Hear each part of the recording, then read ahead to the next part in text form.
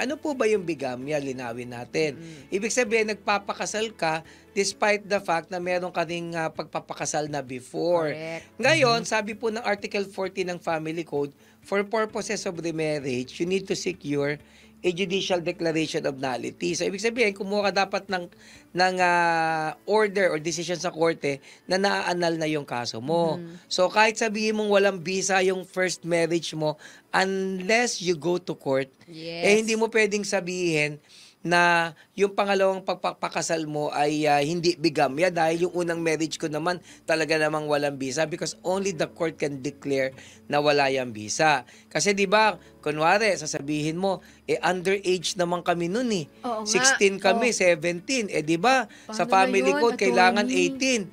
18. Naging mapusok lang naman kami noon. So hindi ko na pinaanal yan. Total obvious naman na walang visa yan, void yan. O di nag-asawa siya ng pangalawang pag-aasawa.